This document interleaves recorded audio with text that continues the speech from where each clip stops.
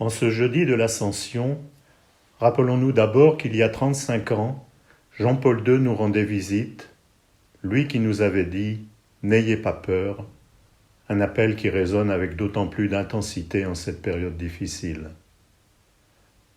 La commémoration de cet événement sera suivie de la célébration de l'Ascension par l'abbé Mahoué. Bonjour et bonne fête de l'Ascension. Lundi dernier, le 18 mai, nous avons célébré le 100e anniversaire de la naissance du pape Jean-Paul II, Karol Wojtyła, le premier pape polonais. Et en ce jour et en ce week-end de l'Ascension 2020, nous nous rappelons le 35e anniversaire du premier et mémorable voyage du pape Jean-Paul II en Belgique. Les aînés s'en rappelleront. Les plus jeunes peuvent y reconnaître une page importante de l'histoire de l'Église de Belgique et même, j'ose le dire, de l'histoire de notre pays. Ce voyage du pape Jean-Paul II en Belgique eut lieu du 16 au 21 mai 1985. Le cardinal Gottfried Danneels était alors président de la conférence épiscopale de Belgique et c'est lui, avec le roi Baudouin et le gouvernement belge, qui a accueilli le pape lors de son arrivée sur l'esplanade du cinquantenaire. C'était en hélicoptère. Et ce fut alors la longue et belle traversée de la rue de la Loi en papa mobile et l'arrivée sur la Grand Place qui était noire de monde pour accueillir le pape à la première étape de son séjour en Belgique. Un séjour qui a été marqué par une foule très nombreuse, beaucoup de monde qui était là et un soleil très généreux qui a brillé, qui était éclatant durant tout le séjour du voyage du pape en Belgique. Avec différents témoins, nous voudrions marquer l'événement de ce 35e anniversaire. Avec Monseigneur Rémy Van Cotem, qui est évêque et qui a été ordonné en 1982. C'était un jeune évêque qui a participé, avec les autres évêques de Belgique, à ce voyage du pape chez nous. Avec aussi Jacques Van Ypersele, qui était chef de cabinet du roi Baudouin, avec Charles-Ferdinand d'Othonpe, qui lui était ministre de l'Intérieur et donc chargé aussi de l'organisation de ce voyage du pape, avec Christian Laporte, bien engagé dans les médias et déjà à cette époque-là, nous allons retrouver des moments importants de ce voyage du pape dans une séquence vidéo que nous avons intitulée « L'ascension de Saint Jean-Paul II en Belgique en 1985 ». Permettez-moi à cette occasion un souvenir personnel. J'étais à ce moment co-responsable de la paroisse de Louvain-la-Neuve et aussi, je dirais, engagé dans l'information religieuse avec ma première carte de presse de journaliste d'information religieuse. Et donc j'ai pu voir ce voyage de près et nous avons même reçu le pape Jean-Paul II à l'église Saint-François d'Assise à Louvain-la-Neuve. Vous imaginez que cela reste un moment important, mémorable dans ma vie, dans mon cœur, dans ma foi. Ce souvenir, ce n'est pas seulement regarder vers le passé, mais c'est retrouver la saveur d'un événement qui dit ce qui était possible d'organiser et de vivre à ce moment dans l'Église de Belgique. Et même si les temps ont changé, cet événement devient aujourd'hui la racine de ce que peut être la façon de vivre l'Église et l'Évangile en notre pays. Autrement, mais avec la grâce de la foi et la force de l'Esprit Saint. À nous, aujourd'hui, d'inventer des façons de faire Église pour que le soleil qui a accompagné les 4 jours de ce voyage continue de briller, pour dire que la lumière et la chaleur de l'amour de Dieu ne s'éteignent jamais, malgré les nuages, malgré parfois les orages, mais de trouver à partir de là un souffle, le souffle créateur qui est celui de l'Esprit Saint. Durant ces 4 jours, le pape Jean-Paul II logeait, j'allais dire, chez nous, à Woluwe-Saint-Pierre et plus précisément à l'Annonciature, proche de l'église du Champ d'Oiseaux. Ce n'est pas pour rien que le pape Jean-Paul II a été nommé citoyen d'honneur de notre commune de Woluwe-Saint-Pierre. Et par cette célébration d'aujourd'hui, nous voulons faire mémoire de celui qui est aujourd'hui canonisé, Saint Jean-Paul II. Il y a 1 an, les jeunes de notre paroisse Saint-Alix en ont fait leur saint patron. Un titre, mais surtout un message que nous pouvons lui reconnaître dans l'unité pastorale de Stockel-au-Bois, dans notre paroisse Saint-Alix, pour poursuivre ce qui a été commencé et vivre pleinement l'Évangile en cette fête de l'Ascension 2020. Nous écoutons maintenant le témoignage de Monseigneur Rémy Van Cotem, jeune évêque au temps du voyage du pape, ordonné évêque en 1982, oui, Monseigneur Van Cotem, et qui a participé pleinement à ce voyage. Il commence par se souvenir que nous célébrons ces jours-ci le 100e anniversaire de la naissance du pape Jean-Paul II. Le 18 mai 1920 naissait le futur Jean-Paul II, il y a juste donc 100 ans. Lors de son premier voyage en Belgique en 1985, nous avons eu la joie de fêter à Malines son 65e anniversaire. Après le repas, il a voulu rencontrer les évêques belges. La conversation a tourné essentiellement autour de ce qu'il appelait la nouvelle évangélisation. C'était bien cela le but de ces multiples voyages à travers le monde. Au sein de nos sociétés sécularisées, engager les chrétiens, laïcs, prêtres, religieux, religieuses, diacres, à témoigner de leur foi. Il est vrai que Jean-Paul II savait parler aux foules, le plus souvent dans leur langue, qu'il avait au préalable fait l'effort d'apprendre. Il savait aussi très bien parler aux jeunes. On se souvient des journées mondiales de la jeunesse qu'il a initiées à Rome, aussi en 1985. J'ai eu l'occasion de participer à 10 voyages apostoliques du pape et 5 visites à Climina à Rome. Ce qui m'a le plus frappé, c'est la qualité de relation qu'il avait avec chacun. Et lorsqu'on participait à la messe du matin dans sa chapelle privée au Vatican, on découvrait un homme de prière, je dirais même un mystique. Il est vrai qu'il avait fait sa thèse de doctorat sur la foi, c'est Saint Jean de la Croix. Avant la messe, durant 1 heure, il était chaque jour en oraison. C'est sans doute là la source profonde qui alimentait sa foi et son engagement dans sa vie. Sans oublier la grande dévotion à Marie. Les voyages du pape comptaient toujours une visite à un lieu marial. C'est ainsi que Banneux et Beaurain ont eu la joie de l'accueillir. La balle qui a failli le tuer dans l'attentat en 1981 se trouve dans la couronne de la statue de Notre-Dame de Fatima à Fatima. À la fin de sa vie, malade et affaibli, il a été jusqu'au bout de son engagement, soutenu par la prière d'une foule de chrétiens. Lors de ses funérailles, on pouvait lire sur une grande banderole « Subito Sancto ». Saint Jean-Paul II, priez pour nous, intercédez pour l'Église que vous avez si bien servie. Merci à Monseigneur Van Cotem pour son témoignage. Nous écoutons celui de Monsieur Jacques Van Ypersel. Eh bien, c'était une visite dont je garde un souvenir très, très précis et très heureux parce que il y avait beaucoup d'enthousiasme dans la population et je crois que c'était à la fois, je dirais, l'enthousiasme vis-à-vis du pape, de ses convictions, mais en même temps vis-à-vis de sa personnalité hors du commun.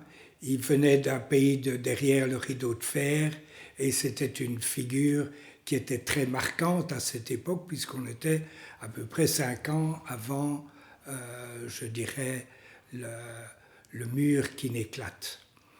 Donc ça, c'était une période, un aspect très, très marquant.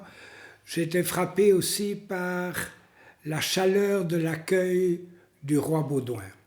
Le roi Baudouin l'avait accueilli avec grande chaleur d'une part sur le au parc du Cinquantenaire, où il avait atterri en hélicoptère, et puis aussi l'accueil lors d'une grande réception au château de Laeken. Et donc on voyait que c'était deux personnalités qui avaient des points en commun et des affinités certaines. Eh bien, après 35 ans, on reste frappé par cette chaleur, cet enthousiasme, et je dirais tout l'écho très large que ça a eu dans la population, au-delà de l'aspect d'ailleurs uniquement chrétien. C'était une figure telle je dirais qu'il touchait tout le monde. Et ça me frappe encore très fort 35 ans après, oui. Merci Jacques. Nous allons entendre M. Charles Ferdinand Nothomb. Lorsque l'abbé Marouet m'a demandé de participer à cette cérémonie de l'Ascension 2020 à Saint-Alix, je ne pouvais évidemment pas lui refuser, ni à lui-même, dont les prêches m'ont souvent inspiré, ni à la paroisse de Saint-Alix, qui me sert de paroisse de remplacement lorsque je suis loin de mon village et que je suis à Bruxelles et que je participe à vos beaux offices. Voilà, je dois parler de la visite de Jean-Paul II en 1985 en Belgique, à Bruxelles et en Belgique. Il faut d'abord, je pense, resituer le fait qu'on me demande à moi d'intervenir, c'est parce que à ce moment-là, je suis ministre de l'Intérieur, chargé donc du maintien de l'ordre public, du grand rassemblement et de la sécurité intérieure. Et on peut prévoir que la visite du pape va amener des grands rassemblements, ce qui fut d'ailleurs le cas. Mais avant d'entrer dans la visite elle-même, je pense qu'il faut resituer le pape Jean-Paul II en 1985. À cette époque, il y a 7 ans qu'il est pape, et nous sommes 5 ans après une grande querelle en Belgique quant à l'implantation des missiles, c'est-à-dire dans le cadre des relations Est-Ouest, le ton est à installer des missiles de croisière à l'Occident de la Russie et en Europe occidentale, ce qui ne plaît pas beaucoup à l'opinion belge, qui donne lieu à des manifestations. Et en 85, on est moins de 5 ans avant le grand dégel à l'Est, avec la chute du mur de Berlin en 89. Ce n'est pas indifférent par rapport au personnage du pape polonais, qui évidemment en 78 a été une grande surprise pour le monde entier et pour les relations Est-Ouest, puisqu'un pape venu de l'Est allait s'exprimer au nom de la chrétienté tout entière. Donc quand il vient en Belgique, il est à la fois le chef de l'Église, mais aussi un personnage mondial charismatique de la paix entre les peuples, de l'ouverture progressive et espérée des pays de l'Est, et donc en Belgique, qui est un lieu symbolique de l'OTAN, et qui a connu des débats quant à l'implantation de missiles, mais qui ardemment, depuis Pierre Armel, a fait l'ouverture des négociations avec l'Est, avec la Pologne, et puis après avec l'Union soviétique. Voilà le pape que nous accueillons. Alors, est-ce que sa visite est une visite d'État ou une visite apostolique? Elle est évidemment les deux. Le pape est le chef de l'État du Vatican. Il est reçu par le gouvernement belge, mais il soulignera lors de son arrivée sur la Grand Place que sa visite est bien une visite apostolique. C'est présent dans le discours du roi Baudouin l'accueillant et dans le discours de réponse du pape Jean-Paul II répondant à l'accueil positif et déjà enthousiaste du peuple belge et du peuple bruxellois. Alors, qu'est-ce qui va se passer pendant cette cérémonie? Il va aller dans beaucoup d'endroits en Belgique. Il va réunir près d'1 million de personnes autour des manifestations qu'il préside. Et il y aura une manifestation plus que symbolique à Kuckelberg, sous un soleil radieux et dans un grand enthousiasme, où plus de 100 000 chrétiens et autres se réunissent autour du pape. Je souligne chrétiens et autres parce que le personnage politique et médiatique du pape attire aussi des personnes qui ne sont pas nécessairement des chrétiens fervents ou pratiquants. Ce qui est remarquable aussi pour la Belgique, c'est que avant la visite du pape et pendant la visite du pape, des objections se sont exprimées vis-à-vis de cette visite, craignant une église trop triomphaliste ou soulignant le caractère laïque de l'État, ou soulignant que le pape a à l'intérieur de l'Église des positions traditionnalistes, qualifiées de droite par une partie de l'opinion chrétienne, et qu'elle ne se prive pas de se manifester.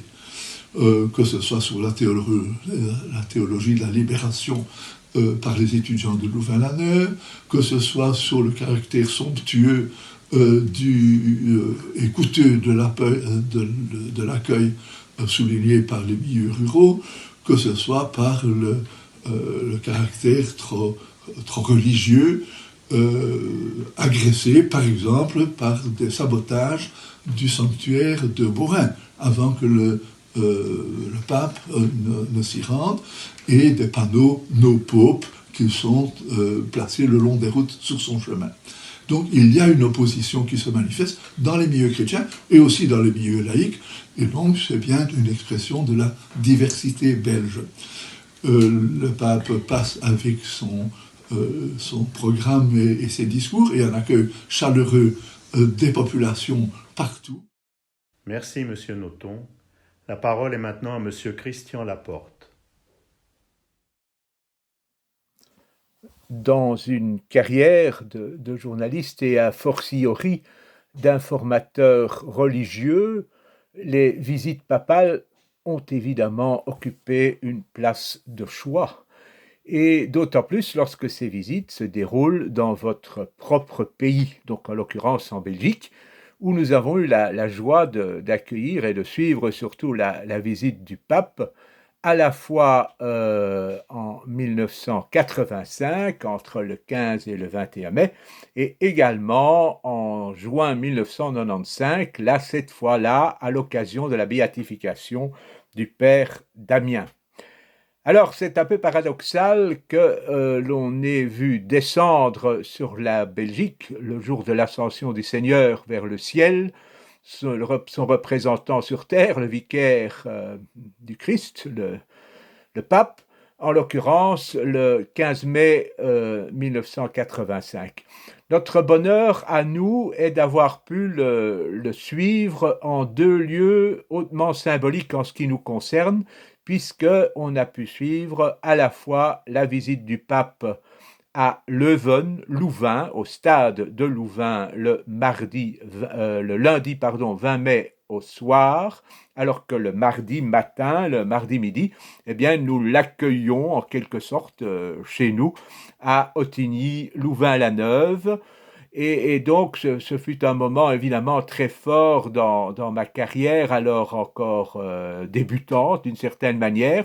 Moment d'autant plus fort que le hasard, une succession de hasards a voulu que je puisse rencontrer de très près le Saint-Père à l'époque, puisque au moment où le pape allait plutôt emprunter l'hélicoptère pour aller à Banneux, le commandant de gendarmerie d'Ottigny-Louvain-la-Neuve, Jean-Pierre Jacquet, m'ayant vu pas loin du pied de l'escalier qui menait vers le lac de Louvain-la-Neuve, m'a très vite invité à descendre par cet escalier, et c'est ainsi que je me suis retrouvé au pied de l'hélicoptère, où là, le pape allait prendre congé de ses hôtes locaux, néo-louvanistes, et là, c'est le bourgmestre d'Ottigny, Yves Dumonceau de Bergendal, qui m'a mis presque militairement dans la suite des personnes qui allaient saluer le pape avant son départ pour Banneux. Et c'est ainsi que je me suis retrouvé, par exemple, à côté du président de la section locale de la Croix-Rouge d'Ottigny, M. Georges Liénard, qui avait joué forcément un grand rôle dans la visite. Évidemment, la visite du pape c'était de 85 était un événement important parce qu'on avait pensé d'abord qu'à la suite de l'accueil un peu mitigé que le pape avait reçu lors de ses premiers jours de visite au Benelux du côté des Pays-Bas, eh bien, la Belgique réagirait également négativement à l'égard du pape. Eh bien, ce ne fut vraiment pas le cas, parce qu'aussi bien la Belgique catholique que la Belgique tout court a accueilli avec beaucoup de bienveillance, d'intérêt, et pas que de curiosité, le pape Jean-Paul II. Et donc, à ce moment-là, forcément, ça c'est devenu un événement en soi.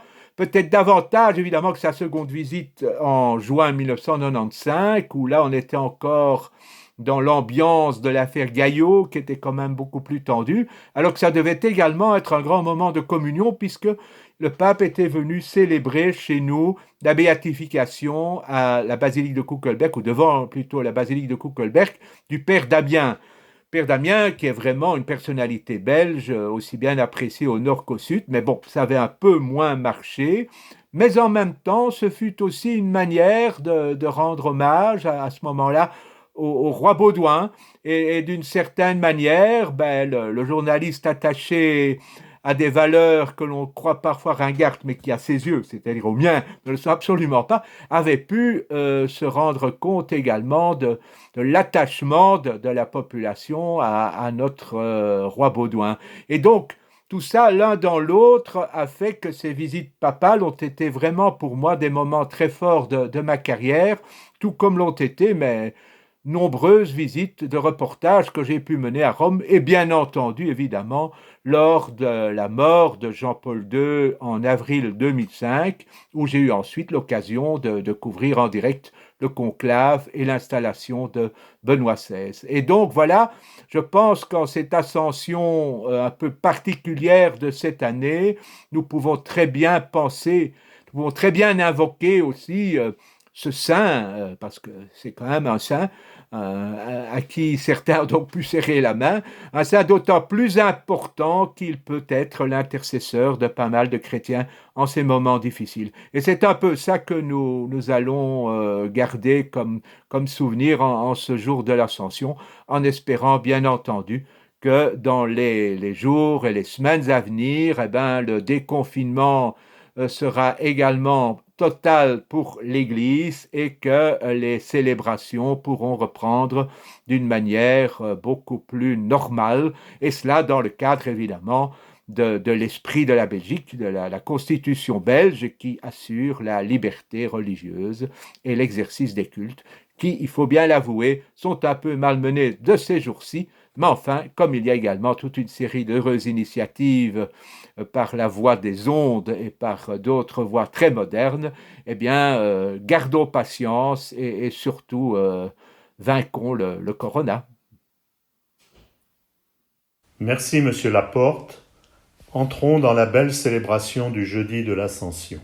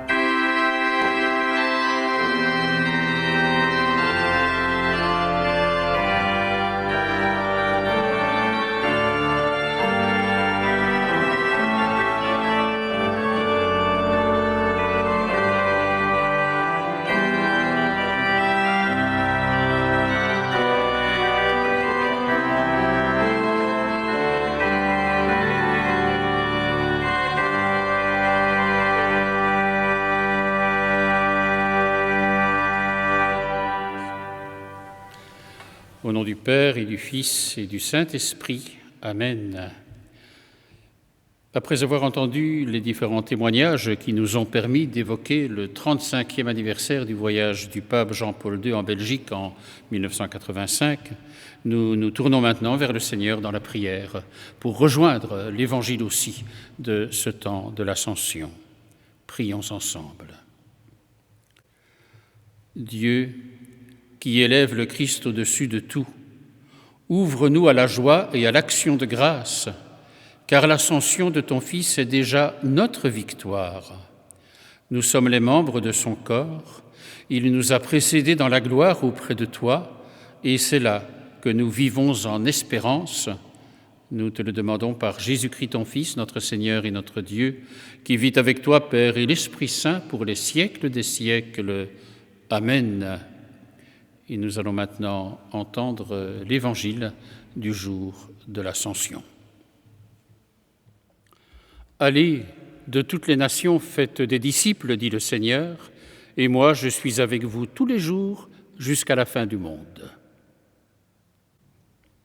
Le Seigneur est avec vous, et bonne nouvelle de l'Évangile de Jésus-Christ selon saint Matthieu. Gloire à toi, Seigneur.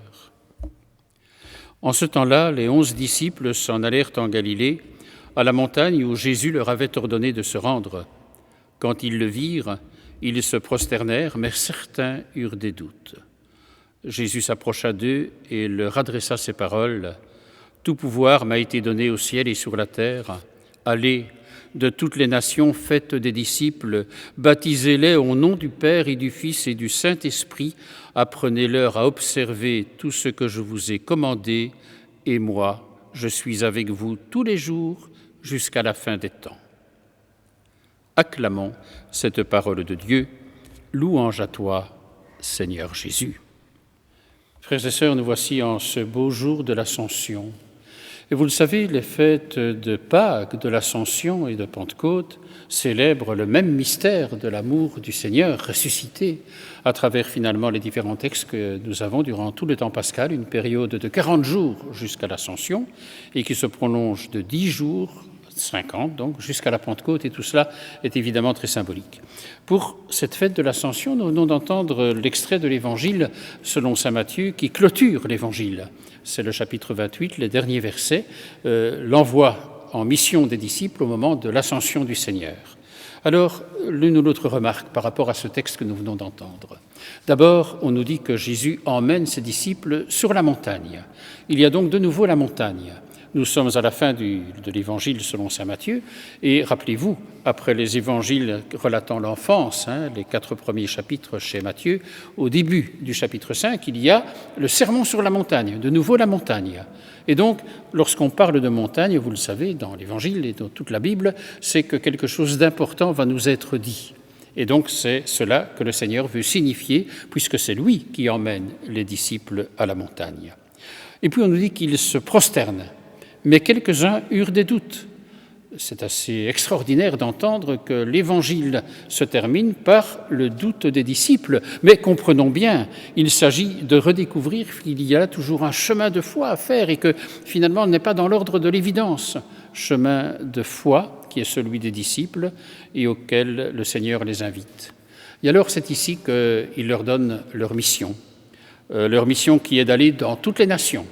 C'est donc pour tous.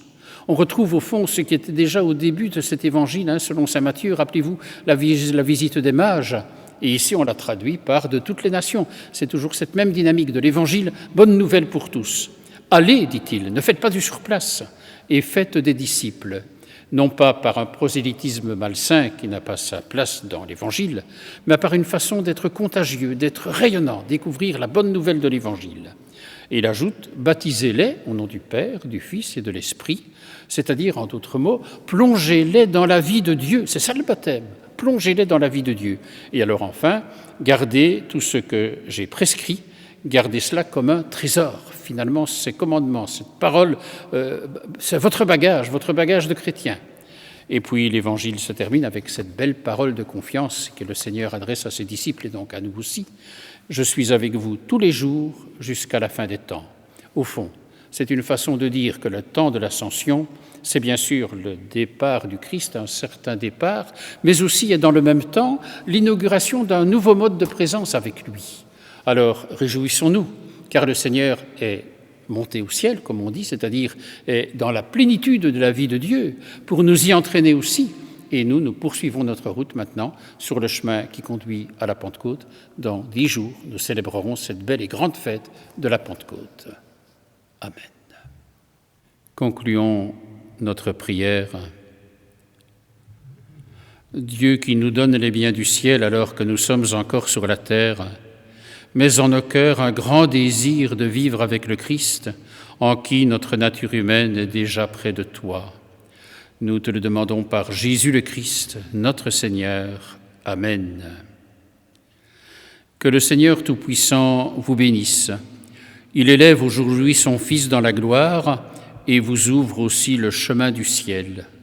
Amen. Après sa résurrection d'entre les morts, Jésus s'est manifesté tout proche de ses disciples, qu'il est pour nous un visage de paix quand il viendra juger le monde. Amen.